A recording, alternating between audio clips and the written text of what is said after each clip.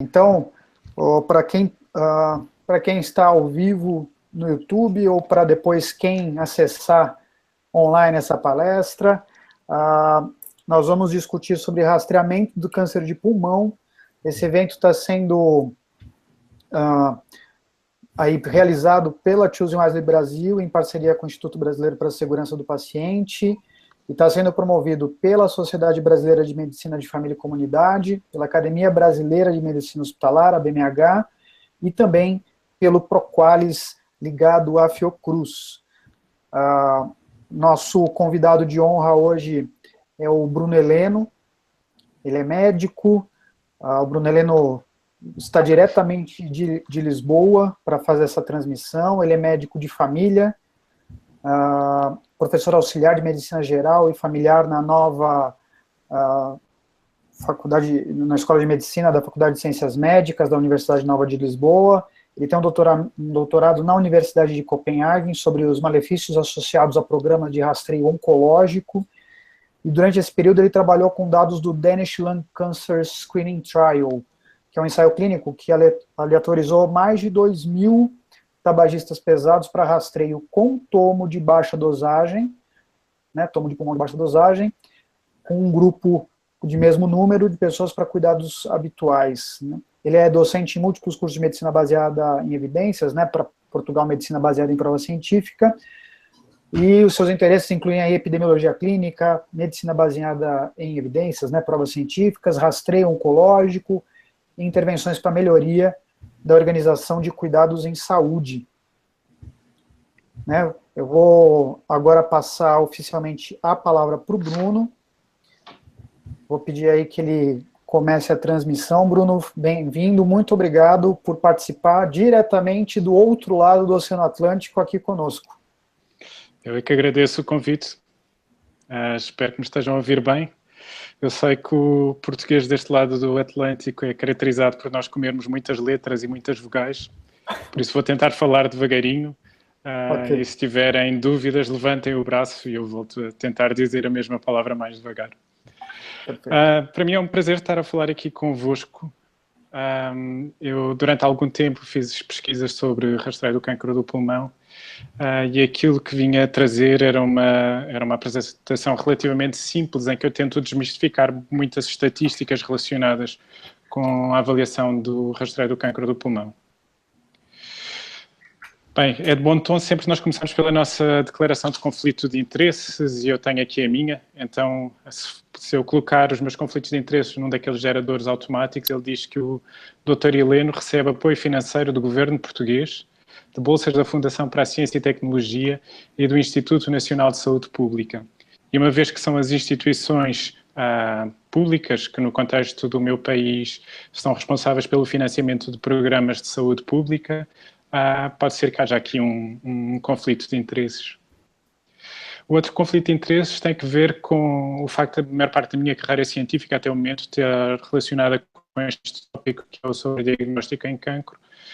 Portanto, se houvesse aqui um espectro de investigadores que são, de um lado, entusiastas dos programas de rastreio e outro lado do espectro de investigadores que fossem mais céticos quanto ao papel do rastreio, eu se calhar colava-me mais neste lado cético deste espectro. Portanto, com isso em mente, era o que eu queria que vocês tivessem isso em mente quando ouvissem a minha apresentação. Bem, quando eu tento ensinar aos meus estudantes se uma determinada forma de prevenção, seja ela um medicamento, seja ela uma forma de rastreio, é para nós implementarmos em termos de gesto de saúde pública, eu falo que existem 4 questões fundamentais. A primeira questão é se a tecnologia funciona, a segunda questão é se os benefícios ultrapassam os malefícios, a terceira questão é se temos alternativas e a quarta questão é se temos recursos suficientes para implementar. Muita da minha discussão vai estar centrada no resultado de vários ensaios clínicos, e eu trago aqui neste slide uma representação de todos os ensaios clínicos aleatorizados que foram feitos para avaliar programas de rastreio do cancro do pulmão usando tomografia de baixa dosagem. O tamanho aqui dos quadrados reflete o número de doentes que foram incluídos no estudo, e a cor dos quadrados reflete se o comparador foi outra forma de rastreio, ou seja, o rastreio com raio-x do pulmão, ou se pelo contrário, a tomografia computadorizada foi comparada com a ausência de rastreio, ou seja, com cuidados habituais. Como podem ver deste slide, a maior parte dos ensaios avalia a tomografia computadorizada contra a ausência de rastreio, e há 3 ensaios e meio que avaliam contra raio-x do pulmão. O ensaio clínico com maiores dimensões é um chamado National Lung Screening Trial, ou NLST, e sendo este o maior dos ensaios, é sobre ele essencialmente que eu me vou debruçar quando falar aqui dos efeitos do rastreio do cancro do pulmão. Voltando à primeira pergunta, e esta primeira pergunta é se o rastreio do cancro do pulmão funciona ou não funciona. E sabemos, desde 2011, com a publicação dos resultados do NLST, que existe uma redução quer da mortalidade por cancro do pulmão, quer uma redução da mortalidade global, utilizando o rastreio com tomografia de baixa dosagem. Quando olhamos para a redução de mortalidade específica, a redução de risco relativo da mortalidade específica, essa redução é de cerca de 20%. E quando olhamos para a redução da mortalidade global, a redução do risco relativo é de 6,7%. Isto é talvez uma das maiores reduções de mortalidade específica por cancro alguma vez vista com um programa de rastreio de cancro. É também a primeira vez que um programa de rastreio de cancro reduz não só a mortalidade por cancro, mas a mortalidade por todas as causas. Portanto, nesta altura, nós não temos dúvidas que o rastreio do cancro do pulmão com tomografia de baixa dosagem reduz a mortalidade, ou seja, funciona. Tentando traduzir estas estatísticas, que são algo complicadas, em algo que possa ser mais facilmente entendido por clínicos, se calhar eu utilizo esta outra apresentação. Ou seja, se nós pensarmos que há 1000 pessoas que são rastreadas com raio-x do pulmão, nós vemos que 17 dessas 1000 pessoas vão morrer por cancro do pulmão e 37 pessoas vão morrer ou por cancro do pulmão ou por outras causas, nomeadamente causas cardiovasculares. Se estas 1000 pessoas, em vez de terem sido rastreadas com raio-x do pulmão, passassem a ser rastreadas com TAC de baixa dose, então o número de mortes por cancro do pulmão reduzia para 13 e o número de mortes por todas as causas reduzia de 37 para 36. Passamos então à segunda pergunta, e a segunda pergunta é se os benefícios ultrapassam os malefícios. E esta é talvez uma questão mais complicada. O primeiro malefício que eu queria debruçar-me é a questão dos falsos positivos, e para isso eu trago esta figura.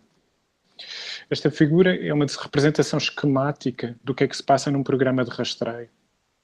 Nós definimos primeiro uma população-alvo, neste caso adultos, fumadores pesados com mais de 50 anos, e a todos os elementos desta população aplicamos um teste de rastreio que vai ter apenas um fim, que é separar uma população de baixo risco de cancro do pulmão, à qual não se justifica oferecer exames adicionais, e uma população em alto risco de ter cancro do pulmão, para a qual essa sim já se justificam oferecer outro tipo de testes, que geralmente ou são mais invasivos ou são mais onerosos, mas estes testes permitem-nos distinguir quem é que tem cancro de quem não tem cancro. Portanto, este é o terceiro passo numa cascata de rastreio e é um passo essencial para depois podermos passar para a fase seguinte, que é a fase do tratamento. Ou seja, nós tentamos propor rastreio a uma população de pessoas saudáveis porque acreditamos que vamos conseguir reduzir a mortalidade tratando as pessoas mais cedo, numa fase mais precoce da sua doença. Agora, um dos primeiros problemas que surge com isto é que nem todas as pessoas que são colocadas na população de alto risco têm cancro do pulmão. Ou seja, estas outras pessoas são aquilo que nós chamamos de pessoas com resultados falsamente positivos. E são pessoas que num determinado momento da sua vida ficam na dúvida se têm cancro ou se não têm cancro e muitas das vezes precisam de algum tipo de exame invasivo para esclarecer se têm ou não têm este cancro. Portanto, este é talvez o efeito adverso mais frequente de qualquer programa de rastreio. Se nós olharmos para os dados daquele ensaio americano, do NLST, vemos que 39,1% dos participantes no grupo de TAC, que foi aleatorizado para a TAC, teve pelo menos um resultado positivo. Noutro local do artigo, nós vemos que 649 pessoas foram diagnosticadas com cancro depois de terem tido um teste positivo. Ou seja, estes 649 são aquilo que nós chamamos os verdadeiros positivos. E o universo de pessoas rastreadas é de 26.722. Ora, na forma como são apresentados estes resultados, eu acho que não é muito fácil perceber o que é que está aqui a passar em termos de rastreio, portanto eu resolvi transformar estas estatísticas que são um pouco complicadas, noutra vez, naquela janela de 1000 pessoas rastreadas. Portanto, se nós tivermos 1000 participantes, 1000 fumadores pesados entre os 50 e os 70 anos, que são rastreados com TAC de baixa dose, segundo os resultados do ensaio do NLST, nós temos 391 pessoas que têm um teste positivo. Dessas 391 pessoas, 24 têm de facto um cancro, o que significa que as restantes 367 pessoas em 1000 têm pelo menos um falso positivo durante o programa de rastreio. Este é de facto o malefício mais frequente em termos de programas de rastreio. Se nós começarmos a olhar para outro malefício que não é tão frequente, mas é muito mais grave, que é o sobrediagnóstico, as coisas são ainda um pouco mais complicadas. Eu não sei até que ponto é que estão familiarizados com esta questão do sobrediagnóstico, portanto queria só fazer uma introdução relativamente simples. Esta figura é uma figura que foi criada pelo Dr. Gilberto Welch, que é um dos pesquisadores mais importantes em termos da questão do sobrediagnóstico de cancro. E é talvez a apresentação que eu achei mais intuitiva para explicar este conceito, que de facto é complexo. Se nós olharmos para este gráfico, vemos que no eixo horizontal é um eixo de tempo, que vai desde o momento em que surge a primeira célula neoplásica até ao momento em que, se aquela pessoa com cancro vivesse indefinidamente, lhe aconteceria uma outra causa de mortalidade. Ou seja, se a pessoa não morresse do cancro, há de haver aqui um momento em que ela morreria ou de um infarto, ou de um AVC, ou de outra doença, e isso é representado pelo extremo do eixo horizontal deste gráfico. Se nós olharmos para o vertical, de tamanho, ou seja, que vai desde o tamanho da primeira célula neoplásica ao tamanho a partir do qual o cancro causa algum tipo de sintoma e passa finalmente para o tamanho a partir do qual o cancro causaria a morte. E olharmos para este espaço definido, por um lado, pelo tamanho do cancro e, por outro lado, pelo tempo, vemos uma coisa que nós aprendemos nas faculdades de medicina, que é que o cancro não tem todo o mesmo comportamento biológico. Ou seja, há cancros de crescimento muito rápidos, que são representados aqui com o colibri, que em pouco tempo começam a dar sintomas e levam à morte do doente. Temos outros cancros que são de crescimento mais lento, em que passa mais tempo, desde o momento em que causam sintomas até ao momento em que causam a morte do doente. E depois vamos tendo cancros que são progressivamente, ou que têm um crescimento progressivamente mais lento, que são aqui representados como as tartarugas e como as lesmas. Se repararem também, há aqui uma linha ponteada vertical que procura representar aquilo que acontece quando introduzimos um programa de rastreio. Uma das primeiras coisas que acontece é que o rastreio frequentemente não detecta os cancros de crescimento mais rápido, porque nós não estamos continuamente a rastrear as pessoas. E é por isso que nem todos os cancros que se manifestam do ponto de vista clínico são detectáveis pelo programa de rastreio. O programa de rastreio é essencialmente eficaz para detectar cancros com crescimento relativamente lento, como são estes ursos. Quando ele detecta cancros desta família, que metaforicamente chamada aqui de família dos ursos, nós conseguimos avançar o diagnóstico e conseguimos aumentar a janela de oportunidade para tratamentos eficazes para estas pessoas. Portanto, se os programas de rastreio podem reduzir a mortalidade por cancro, é essencialmente à custa desta família de cancros, que aqui é metaforicamente retratada como a família dos ursos. Agora, o que acontece também com o rastreio é que ele não só detecta estes cancros de crescimento lento, mas que iriam ter manifestações clínicas, como que crescem de forma tão lenta que, quando causariam sintomas à pessoa, já a pessoa faleceu de uma outra causa. Esses são aqui representados como as tartarugas, ou então detecta cancros que são não progressivos, ou seja, que ficam controlados ou pelos mecanismos de apoptose, ou pelos mecanismos de vigilância imunológica, ou simplesmente porque não têm aporte sanguíneo suficiente e que nunca iriam causar qualquer tipo de sintoma aos doentes em que eles existem. Portanto, o sobrediagnóstico, no fundo, consiste na detecção de cancros que não iriam progredir para sinais e sintomas. Se nós imaginarmos o que é que acontece numa população que não é submetida a rastreio, apenas os cancros que são da família dos colibris e da família dos ursos são detectados. São esses os que chegam a causar sintomas. Enquanto numa população que é submetida a rastreio, são detectados os cancros da família dos colibris, dos ursos, das tartarugas e das lesmas, que são os que são detectados do ponto de vista clínico e são os cancros que são detectados através do programa de rastreio. Como é que isto se vê em termos de dados empíricos nos ensaios clínicos? Vê-se em gráficos como este, em que no eixo horizontal voltamos a ter um eixo do tempo e no eixo vertical temos um eixo de incidência acumulada. Significa isto que se por cada ano 100 novos casos de cancro, a incidência acumulada no primeiro ano é de 100, a incidência acumulada no segundo ano é de 200, a incidência acumulada no terceiro ano é de 300 e por aí adiante. Ora, neste gráfico, o que nós vemos é que a incidência acumulada de cancros do pulmão no braço do ensaio clínico que foi rastreado com raio-x do pulmão, essa incidência é sempre mais baixa do que a incidência no grupo que foi rastreado com contacto de baixa dosagem.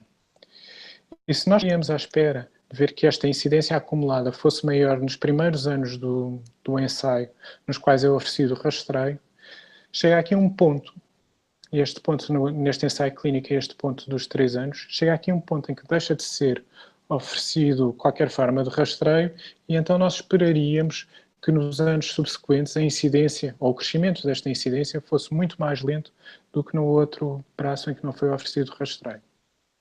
Ou seja, quando nós verificamos que vários anos após ter terminado o efeito esperado do rastreio, se mantém uma diferença de incidência acumulada entre um braço rastreado e outro braço rastreado, neste caso o braço rastreado com raio-x e o braço rastreado com TAC, nós verificamos que existe esta diferença de incidência. Isso é uma prova empírica que está a existir este fenómeno do sobrediagnóstico. Isto é, para além dos cancros que iriam ter manifestação clínica, estamos a detectar aqueles cancros indolentes que na figura anterior eram representados como as tartarugas ou como as lesmas. Em termos de quantificação, isto significa que quando nós estávamos a comparar as 1000 pessoas rastreadas com raio-x do pulmão e as 1000 pessoas rastreadas com TAC, tínhamos aqui, ao só olharmos para a mortalidade por câncer do pulmão e a mortalidade por todas as causas, temos aqui um retrato que é um retrato incompleto.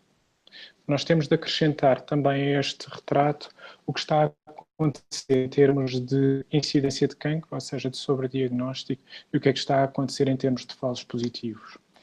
E numa população rastreada com raio-x do pulmão, nós detectaríamos 36 casos de cancro em 1000 pessoas rastreadas.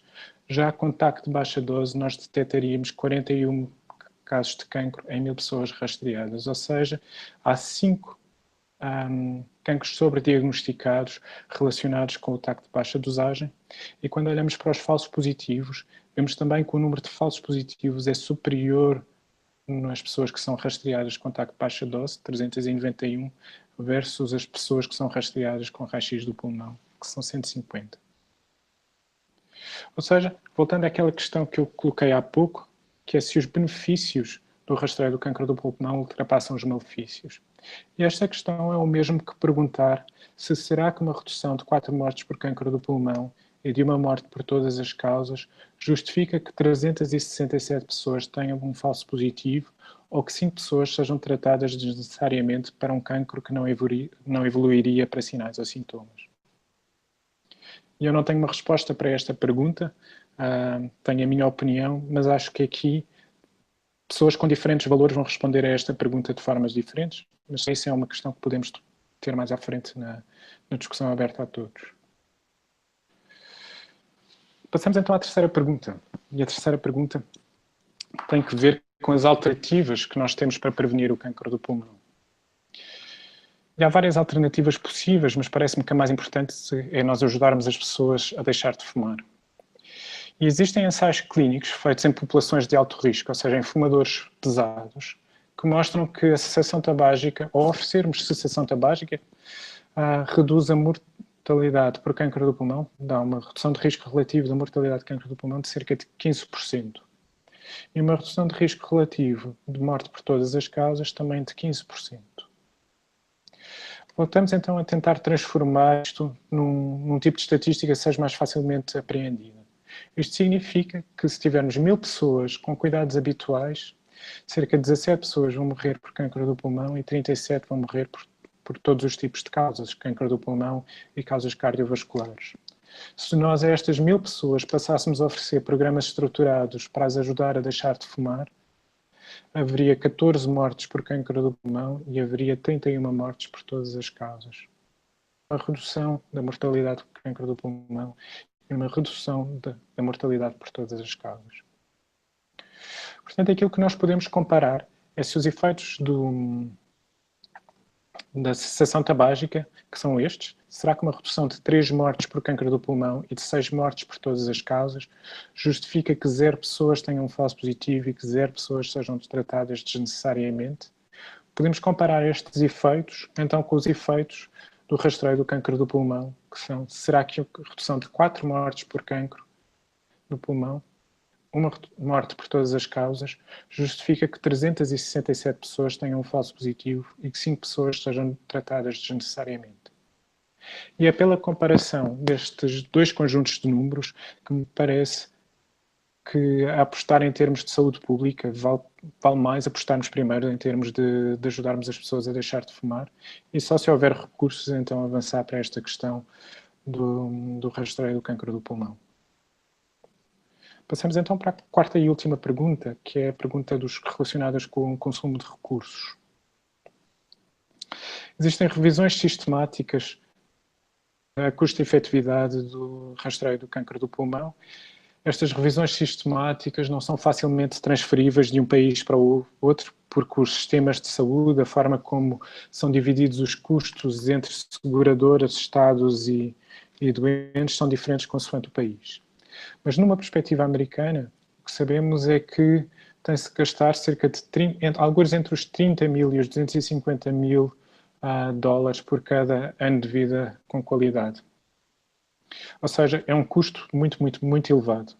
E para além disso, estes custos são muito sensíveis para variações nos programas de rastreio, para variações na incidência do cancro do pulmão, para variações na incidência de outras causas de morte que não a cancro do pulmão. Portanto, é difícil de nós transferirmos estes resultados para cada um dos nossos países, sejam o Brasil, sejam Portugal.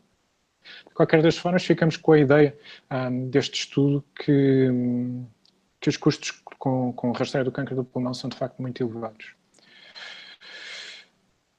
Esta tabela serve só para mostrar a grande variação que existe em termos de custos. Portanto, se olharem para a última coluna desta tabela, veem que há grandes variações em termos do custo por quali, por anos de vida com qualidade. E que há também uma grande variedade metodológica nestes estudos. Ou seja, eu estou a trazer estes dados para dizer que se nós temos relativa certeza que o rastreio por cancro do pulmão reduz a mortalidade, também temos a relativa certeza que ele aumenta muito o número de falsos positivos e leva a este fenómeno do sobrediagnóstico. Temos algumas dúvidas se os benefícios e os malefícios estão bem equilibrados e temos muitas incertezas sobre o consumo de recursos que esta intervenção nos vai levar.